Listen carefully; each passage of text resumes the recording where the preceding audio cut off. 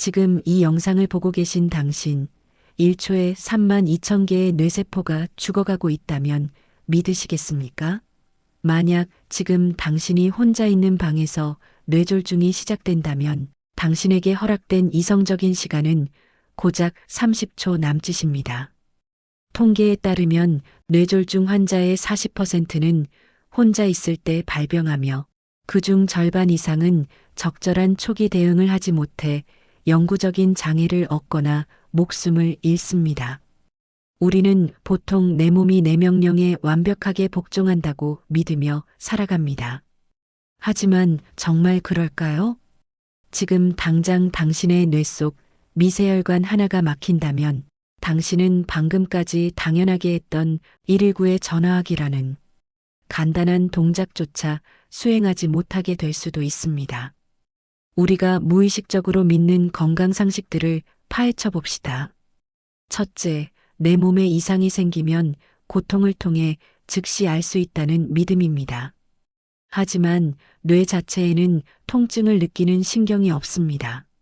뇌가 죽어가고 있어도 당신은 아프지 않을 수 있다는 뜻입니다. 둘째, 심각한 병은 반드시 거대한 전조 증상을 동반한다는 생각입니다. 실제로는 젓가락질이 한번 서툴렀던 것, 발음이 살짝 꼬였던 그 찰나의 순간이 거대한 파도의 시작일 수 있습니다. 셋째, 나는 위급 상황에서 차분하게 대처할 수 있다는 자신감입니다. 인간의 뇌는 예상치 못한 재난 앞에서 인지적 편향에 빠져 상황을 부정하려 듭니다. 평화로운 오후 숟가락을 떨어뜨린 당신은 피곤해서 그렇겠지라며 다시 잠을 청할지도 모릅니다. 전 세계적으로 2초에 1명씩 뇌졸중 환자가 발생하고 6초에 1명씩 이 병으로 사망합니다. 이것은 먼 나라 이야기가 아닙니다. 당신이 오늘 마신 커피, 어제 겪은 스트레스, 무심코 넘긴 뒷목의 뻐근함이 쌓여 만들어낸 결과입니다. 사람들은 보통 건강을 탄탄한 콘크리트 건물처럼 생각하지만 사실 건강은 겉으로 안정적이지만 실제로는 얇고 미세한 얼음판 위에 서 있습니다. 그 얼음판 밑에는 수조 개의 신경망이 초 단위로 정보를 교환하는 복잡한 시스템이 흐르고 있습니다. 우리가 건강하다고 느끼는 상태는 그저 그 얼음판이 아직 깨지지 않았음을 의미할 뿐입니다. 그런데 여기서 소름 돋는 사실은 이 얼음판이 깨지기 직전 뇌가 우리에게 아주 정교한 암호를 보낸다는 것입니다. 그 암호의 정체는 무엇일까요? 뇌졸중을 의학적으로 설명하면 혈관이 막히는 뇌경색이나 터지는 뇌출혈이지만 구조적으로 보면 이것은 실내의 붕괴입니다. 우리 몸은 약 10만 킬로미터에 달하는 혈관 고속도로를 통해 산소와 영양분을 공급합니다. 뇌는 전체 체중의 2%밖에 안 되지만 전체 혈액량의 15%를 독점적으로 사용합니다. 그만큼 공급망에 대한 의존도가 극도로 높은 시스템입니다. 뇌졸중은 이 거대한 사회적 약속, 즉 피는 계속 흘러야 한다는 시스템의 인센티브가 깨지는 순간 발생합니다. 이것을 쉽게 이해하기 위해 두 가지 비유를 들어보겠습니다. 첫 번째는 실시간 스트리밍 비유입니다. 당신이 고화질 영화를 보고 있는데 인터넷 회선이 불안정해지면 화면이 멈추거나 깨지죠? 뇌도 마찬가지입니다. 혈류가 차단되는 순간 당신의 의식이라는 스트리밍 서비스에 버퍼링이 걸립니다. 문제는 이 버퍼링이 길어지면 뇌세포 자체가 타버린다는 것입니다. 두 번째는 도심 정전 비유입니다. 한 구역에 변전소가 나가면 가로등이 꺼지고 신호등이 멈춥니다. 뇌의 특정 영역이 정전되면 그 영역이 담당하던 말하기나 걷기 기능이 즉시 셧다운됩니다. 실제로 뇌졸중 환자들을 분석해보면 발병 직전 일과성 허혈 발작이라는 신호를 겪는 경우가 30%에 달합니다. 이는 아주 잠깐 혈관이 막혔다 뚫리는 현상으로 증상이 몇 분 내에 사라집니다. 이때 사람들은 이제 괜찮네? 라며 다시 일상으로 복귀합니다. 이것이 바로 기대 심리의 함정입니다. 시스템은 이미 경고등을 켰는데 사용자가 잠깐의 오류겠지라며 무시하는 것이죠. 건강은 결국 숫자로 표시되는 혈압 수치가 아니라 시스템이 보내는 신호에 대한 정직한 신뢰에 있습니다. 뇌세포는 한 번 죽으면 재생되지 않습니다. 매 분당 190만 개의 신경세포가 소멸하며 1시간 동안 치료가 지연되면 뇌는 약 3년 노화됩니다. 숫자는 보조일 뿐입니다. 원리는 명확합니다. 공급망이 끊겼고 당신의 지휘통제실은 고립되었습니다. 이 고립을 해결할 인센티브는 오직 즉각적인 외부 개입뿐입니다. 그렇다면 왜 인간은 이토록 명확한 위험 신호를 역사적으로 반복해서 무시해 왔을까요? 거기에는 아주 기만적인 패턴이 숨어 있습니다. 역사적으로 거대한 시스템의 붕괴는 뇌졸중의 전개 방식과 소름 끼칠 정도로 닮아 있습니다. 1986년 챌린저5 폭발 사고를 기억하시나요? 이 거대한 우주선이 공중분해된 원인은 복잡한 엔진 결함이 아니었습니다. 오링이라고 불리는 작은 고무 부품 하나가 추운 날씨에 탄력을 잃은 것이 시작이었습니다. 기술자들은 위험 가능성을 경고했지만 관리자들은 지금껏 아무 문제 없었다는 과거의 데이터에 매몰되어 발사를 강행했습니다. 뇌졸중 역시 마찬가지입니다. 어느 날 갑자기 쓰러지는 것처럼 보이지만 사실 우리 몸은 수년 전부터 사소한 경고를 보냅니다. 혈압이 조금씩 오르고 혈관 벽에 찌꺼기가 쌓이는 과정은 챌린저호의 오링이 굳어가는 과정과 같습니다. 처음엔 아주 사소한 균열이지만 이것이 방치되면 점점 확산되고 어느 특이점을 넘어서는 순간 시스템 전체가 무너지는 시스템 리스크로 돌변합니다.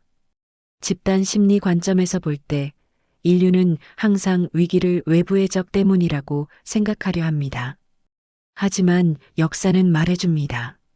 진짜 위기는 내부의 소통 단절에서 옵니다. 17세기 스페인 제국의 몰락도 금은 보화가 부족해서가 아니라 방만한 재정 시스템과 내부 정보 왜곡 때문이었습니다.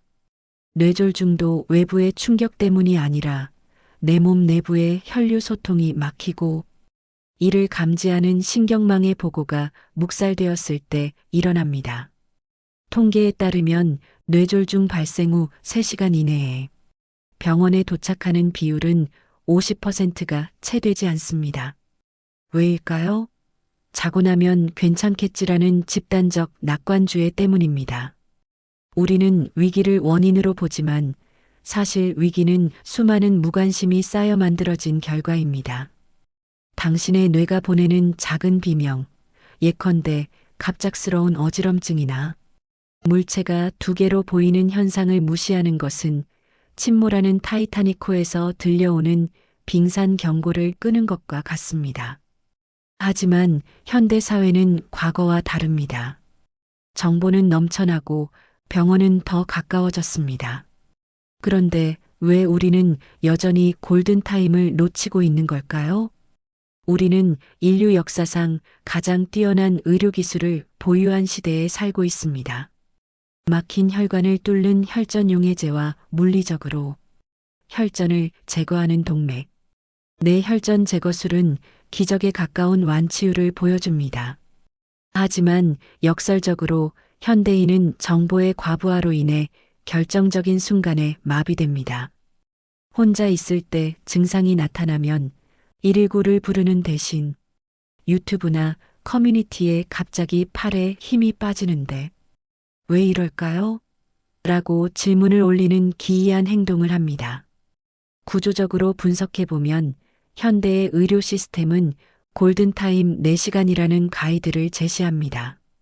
하지만 이 숫자가 오히려 우리에게 인지적 함정을 만듭니다. 사람들은 4시간을 남은 시간으로 계산합니다. 아직 발병한 지 1시간밖에 안 됐네? 좀 더 지켜보자라고 생각하는 것이죠. 그러나 뇌과학적 관점에서 4시간은 생존의 마지노선이지 여유로운 마감 기한이 아닙니다. 일찍 도착할수록 살릴 수 있는 뇌 조직의 양은 기하급수적으로 늘어납니다.